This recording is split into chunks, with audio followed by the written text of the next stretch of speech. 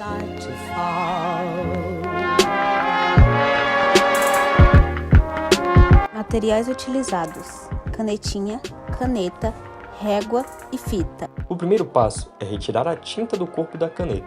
Com a tinta da caneta, na ponta onde se escreve, enrole uma ou duas tiras de fita adesiva, de modo que a tampa da caneta consiga entrar na parte inferior do corpo da caneta, ou seja, no buraco maior do corpo da caneta. Agora, assopre na ponta de cima do corpo da caneta, ou seja, no buraco menor. Assopre de forma que o ar circule dentro do corpo da caneta, criando vibrações.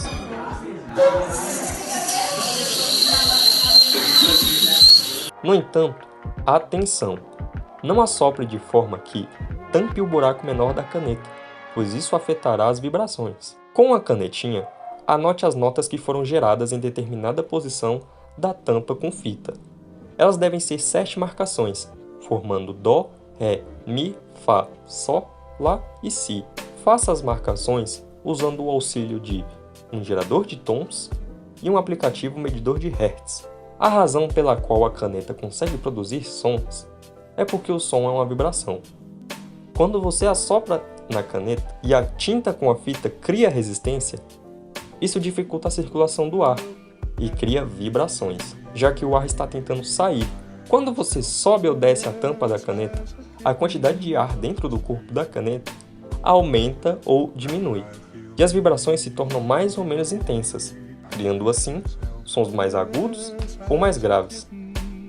A frequência do som depende principalmente do comprimento efetivo do tubo e de maneira como o ar vibra dentro dele, e não da quantidade de ar presente. Sendo mais claro, um som mais agudo irá ocorrer quando o espaço entre a fonte do sopro e a tampa com fita for menor, já que espaços menores permitem com que as vibrações feitas pelo ar sejam mais rápidas, ou seja, as frequências sonoras serão mais altas, criando assim sons mais agudos. Sons graves farão o oposto. Questão 25. Explique como funciona o ultrassom dos morcegos. O ultrassom dos morcegos funciona de forma semelhante ao sonar. Os morcegos emitem ondas sonoras de alta frequência que são inaudíveis para os seres humanos. Essas ondas sonoras se propagam pelo ambiente e, ao encontrarem um objeto, são refletidas de volta para o morcego. O morcego, então, detecta essas ondas refletidas e as interpreta para obter informações sobre o objeto e o ambiente ao seu redor. Questão 26. Explique como funcionam ondas sísmicas e de que tipo são. As ondas sísmicas são perturbações que se propagam pelo interior da Terra, originadas principalmente por terremotos. Existem 2 tipos principais de ondas sísmicas: as ondas primárias e as ondas secundárias.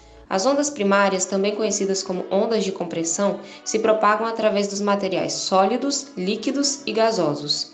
Elas comprimem e expandem o material na mesma direção em que se movem. As ondas secundárias, também chamadas de ondas de cisalhamento, só são capazes de se propagar em materiais sólidos. Elas movem o material perpendicularmente à direção de propagação, causando movimentos de cisalhamento no material. Questão 27.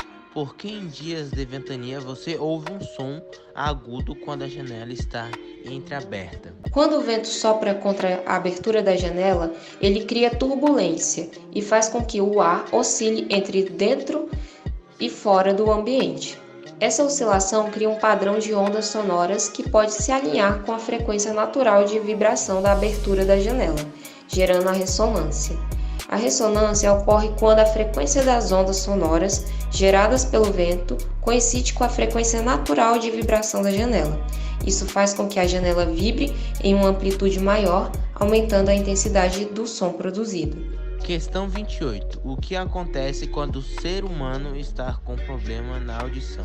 Quando uma pessoa está com problemas na audição, isso geralmente significa que há um comprometimento em uma das partes do sistema auditivo. Existem 2 tipos de perda auditiva, a condutiva e a neurosensorial. A perda auditiva condutiva ocorre quando há um problema na transmissão do som do ambiente até o ouvido interno.